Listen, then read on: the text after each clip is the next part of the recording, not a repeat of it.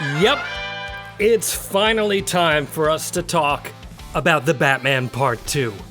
It's thankfully starting to actually take shape, even though we're still 2 years away from its scheduled October 2027 release. There's already a lot to unpack about what Matt Reeves and Robert Pattinson have in store for the next chapter of Gotham's grounded and gritty saga. With the script reportedly finished and behind-the-scenes gears turning, it's time to break down everything we know so far about The Batman 2. The script for The Batman Part 2 has been completed, with co-writers Matt Reeves and Matt Tomlin turning in their final draft earlier this summer. DC Studios co-head James Gunn himself confirmed he'd received the script and described it as great, a pretty ringing endorsement for a sequel already carrying massive expectations. Now, it is important to note that this is not part of Gunn's DCU, which just launched with Superman, and a different Batman is expected to be cast for that. This film, though, is expected to begin production in around early 2026, but unlike most franchise sequels that quickly go bigger and go louder, Matt Reeves seems to be doubling down on introspection. He teased that The Batman Part 2 will push deeper into the emotional fallout of the first film, with a focus on Bruce's ever-evolving identity, Gotham's recovery from the flood, and the expanding criminal vacuum left in the Riddler's wake. It's not just continuation, it's confrontation with legacy, morality, and the cost of vigilantism. Now, the biggest question fans are asking is, who's the villain? Reeves has played this one pretty close to the vest, but he has teased that the next antagonist will be surprising and offer a flavor different from what we saw with the Riddler. One of the most heavily rumored choices is Hugo Strange, a classic Batman antagonist who fits perfectly within the psychological, grounded tone that Reeves is going for. Strange is a psychiatrist obsessed with the Dark Knight, often portrayed as one of the few people who deduces Bruce Wayne's secret identity. He doesn't fight with gadgets or brute strength, he fights with information, manipulation, and mind games. Introducing Strange could allow Reeves to explore Bruce's fractured psyche and sense of purpose following the events of the first film, potentially turning the sequel into a cat-and-mouse game of psychological warfare. Another theory gaining traction is the Court of Owls, the shadowy figure of Gotham's wealthiest elite that manipulates the city from behind the scenes. Reeves has been pretty clear that he's interested in systemic rot, how Gotham's institutions are compromised beyond repair, and the Court of Owls fits that theme perfectly. They're not just villains, they're an entire apparatus of control. If the Penguin represents the rise of street-level power in the city, well, the court would be the high-level counterbalance, the people who profited while the city drowned. A story pitting Bruce Wayne against Gotham's elite while Batman battles their Talon enforcers would be a natural evolution of both Bruce and Batman's roles in the city. And then there's Hush, another name that keeps coming up, and for a very good reason in its own right. Thomas Elliot, aka Hush, is a childhood friend of Bruce turned bitter rival. In many ways, Hush is a darker mirror of Bruce Wayne, wealthy, brilliant, but consumed by jealousy and vengeance. He has already been teased in The Batman. The Riddler uncovered the Wayne family's dark past using a report written by a journalist named Edward Elliot, likely a reference to Tommy's father. That small Easter egg could have planted the seeds for Hush's full introduction in Part 2.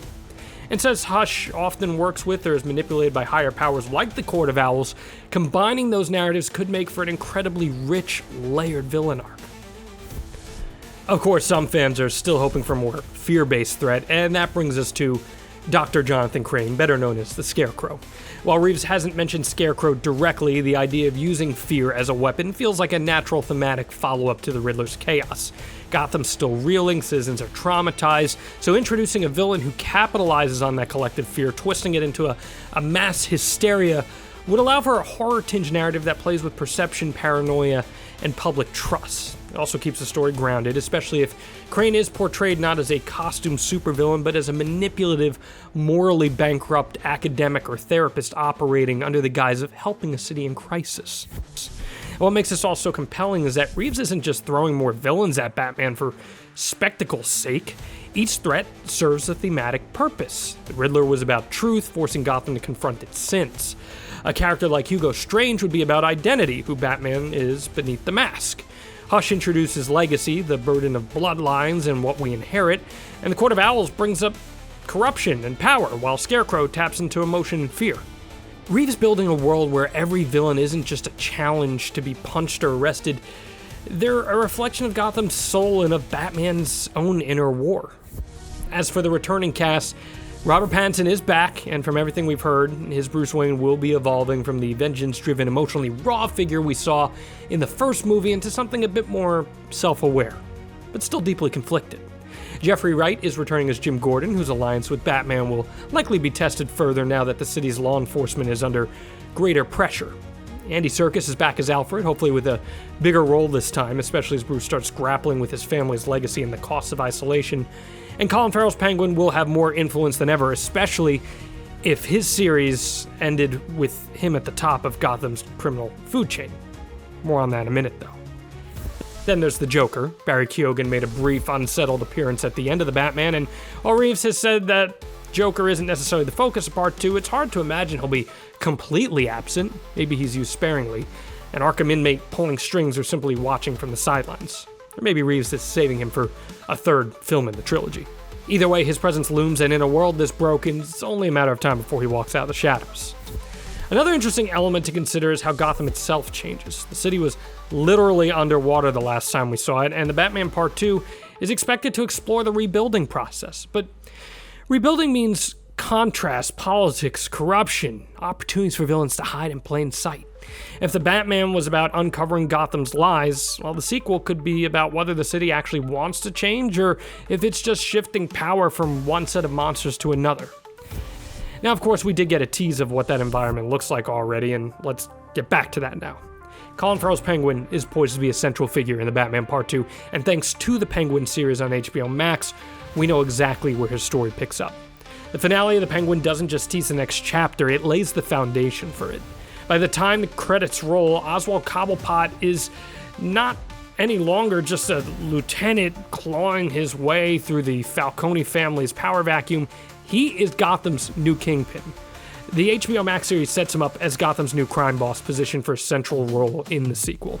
And the fact that this rise is happening in the vacuum left by the Riddler's chaos and Batman's absence makes it much more dangerous. The final scene of the Penguin directly connects to the Batman Part 2, with the bat signal illuminating the sky as Oz stares upward, not with fear, but with a grin. It's a moment of perfect tension. Gotham is slipping back into its old habits, but the Dark Knight's returning, and both men know a collision is coming, just like what we saw in Part 1. This isn't just a passing moment, it's the signal that Gotham's new crime ecosystem, built by the Penguin and blood, is about to be tested by vengeance once again. More importantly, Penguin's version of Gotham is different. He's not Carmine Falcone. He doesn't rule with the old school honor codes or family legacies. He's opportunistic, he's cunning, and he's learned how to exploit Gotham's fractures economically, politically, and emotionally. That makes him one of the most dangerous characters in the franchise moving forward, not just as a gangster, but as a foil to Batman's evolving mission. In Part 2, you can expect Penguin to be more than just a side player. With his newfound empire, he's a crime lord in his prime, but not the only one rising. His position will likely be challenged by other villains stepping into the power vacuum, whether it's someone like Hush, the Court of Owls, or even a politician tied to Hugo Strange's manipulations. Penguin might find himself defending his turf just as fiercely as Batman's defending the city, and that dynamic opens the door to potential alliances, betrayals, and morally gray interactions between Penguin and Batman that go far beyond the traditional hero-villain binary. The series already showed us that Penguin isn't stupid, he's a survivor, and he's watching the city rebuild with the understanding that everyone is out for themselves. That makes him a threat to Batman, yes, but also a wild card. In a world where trust is currency, Penguin may end up being both an enemy and an unwilling ally, depending on where the chips actually fall. There also has been a lot of talk about the visual tone of the sequel. The first film was rainy, shadowy, suffocating, and Reeves has hinted that the sequel might take place during Gotham's winter. That opens the door for a whole new aesthetic: snow-covered streets, freezing fog, a kind of visual silence that contrasts beautifully with the violence bubbling beneath the surface. Heck, maybe even Mr. Freeze shows up. It also further isolates Bruce, both physically and emotionally. Cold Gotham is a perfect metaphor for a city hardened by trauma and slow to heal. Ultimately, the Batman Part 2 isn't just a sequel. It's another chapter in a much larger story about identity, power, trauma, and choice. Reeves has described his Batman films as a crime saga, and that phrase alone tells us he's playing a long game.